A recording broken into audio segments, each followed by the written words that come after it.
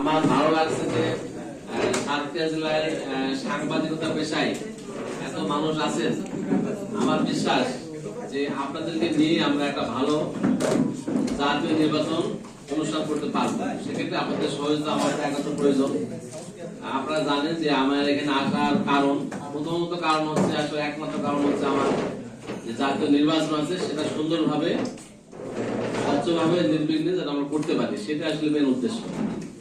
তো এর বাইরে অনেক বিষয় আছে। তা আপনারা সবাই জানেন, দেশের মানুষ, আপনারা দেশের নাগরিক সম্মানিত।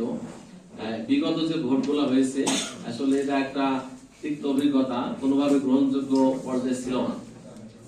তো যার ধারাবাহিকতায় বা গণতন্ত্র উত্তরণের পথে আসলে আমাদের যাত্রা। এবং আপনারা জানেন আমাদের মাননীয় প্রধানমন্ত্রী আমাদের বলেছেন যে ঐতিহাসিক একটা সন্ধিক্ষণে আমরা আছি এবং ঐতিহাসিক ভাবে একটা ভোট হবে। আমি আল্লাহর কাছে শুকরিয়া আদায় করি যে আমি সুযোগ পেয়েছি এর একটা অংশ হতে পারে, আমি নিজেকে কৃতজ্ঞ মনে করি। ধন্যবাদ সবাইকে। আর ভোটের সময় যেটা হবে যে আসলে এখানে আপনারা দেখেছেন এর আগে, বা মানুষ যেটা মনে করে সেখান থেকে বেরোতে চায়। নির্বাচনে পুলিশের দায়িত্ব কতটুকু সেটাকে নিরূপণ করতে হবে আমাদেরকে। দেশের সম্মানিত নাগরিকগণ নিরাপত্তার সাথে ভোট কেন্দ্রে যাবেন, ভোটাধিকার প্রয়োগ করবেন, সেখান থেকে ফিরে আসবেন। এই যে নিরাপত্তার সাথে যাবেন এবং যে ভোটের পরিবেশ তৈরি করা, এটাই কিন্তু আমাদের কাজ। এবং আমরা পুলিশ হিসেবে এই কাজটাই করতে চাই। এর বাইরে কে কাকে ভোট দিবে, কে জিতবে, কে হারবে, এটা আমাদের বিষয় নয়। তো সেক্ষেত্রে আমাদের যেটা হবে, আমাদের সততা, নিরপেক্ষতা, দক্ষতা পরিচয় দিতে হবে। আমরা রেডি আছি। আমাদের রেগুলারলি জানেন যে আমাদের ট্রেনিং চলছে। আমাদের এই নির্বাচনে ডিউটি করার জন্য আমাদের পুলিশ সদস্যদের ট্রেনিং চলছে। আমরা আশা করি আমরা একটা ভালো পর্যায়ে দিতে পারবো। এটা গেল নির্বাচন কেন্দ্রিক কথাবার্তা। আর সাংবাদিকদের বিষয়টা এমন যে সাংবাদিকরা অনেক ক্ষেত্রে বা ভোটের সময় আমার বিশ্বাস যে আপনারা আমাদের সাথে পরিপূরক হিসেবে কাজ করবেন। কেমন সেটা অনেক থাকে না, যে দেখা যাচ্ছে ভোট কেন্দ্রে বিশৃঙ্খলা করতে পারে লোকজন থাকে, এরকম অনেকে চেষ্টা করতে পারে আগে যে করেছে।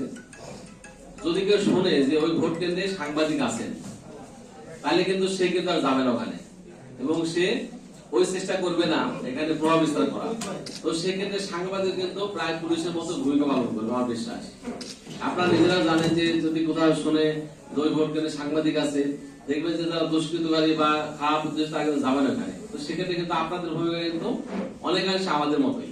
আমরা সেখানে আপনাদের সহযোগিতা আমরা কামনা করি। এর বাইরে যে আছে জেলা আসলে অবস্থানগত কারণে অনেক বিষয় চলে আসে। এই জেলাতে যেহেতু 8টি থানার ভিতরে 5টি থানা বর্ডারিং থানা, তো সেক্ষেত্রে স্মাগলিং, তারপরে মাদকের প্রভাব থাকবে। এইটা নিয়ে আমরা কাজ করতে চাই, আমরা এটা নিয়ে কাজ করব।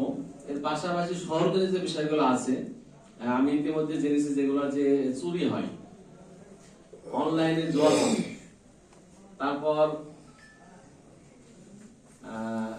অনলাইনে জুয়া চুরি, এর বাইরে আছে আপনার ওই যে কিশোর গ্যাং আছে কিছু কিছু। এই বিষয়গুলো নিয়ে আমরা কাজ করতে চাই, আমি এগুলো কাজ করবো। এর পাশাপাশি আপনারা জানেন যে শ্যামনগর থানা এলাকাতে প্রায় বিশাল একটা অংশ সুন্দরবন আমাদের এই জেলার ভিতরে আছে। তো সেক্ষেত্রে অনেক কাজ করার সুযোগ আছে আমার। সুন্দরবনে কারা কারা বিশৃঙ্খলা করে বা কারা কারা এটা নিয়ে বিভিন্ন ঝামেলা করে, তাদেরকে আমরা আইনের আওতায় নিয়ে আসবো। তো মোটামুটি এই বিষয়গুলো আমরা দেখবো। তবে সব ক্ষেত্রে আমি আপনাদের সহযোগিতা চাই, সাংবাদিকদের। আমার মোবাইল নাম্বার আপনারা সবাই জানেন, আমাকে ফোন দিবেন, মেসেজ দিবেন। আমি মোটে বিরক্ত হব না, প্রত্যেকের ফোন রিসিভ করব। যদি রিসিভ না করি আপনারা একটা মেসেজ দিবেন আমাকে, আমি মেসেজ সিন করবো অথবা আমি আপনার ফোন ব্যাক করবো। আমি আপনাদের দু একজন মানে কথা থাকে, দু একটা প্রশ্ন নিতে পারি, যেহেতু আর একটা আছে গ্রুপ আছে বা আর কিছু আছে, তাদের সাথে বসবো। আমরা 2জন 4জন কোনো প্রশ্ন থাকলে করতে পারেন, বলতে পারেন, পরামর্শ দিতে পারেন, আমরা শুনতে চাই।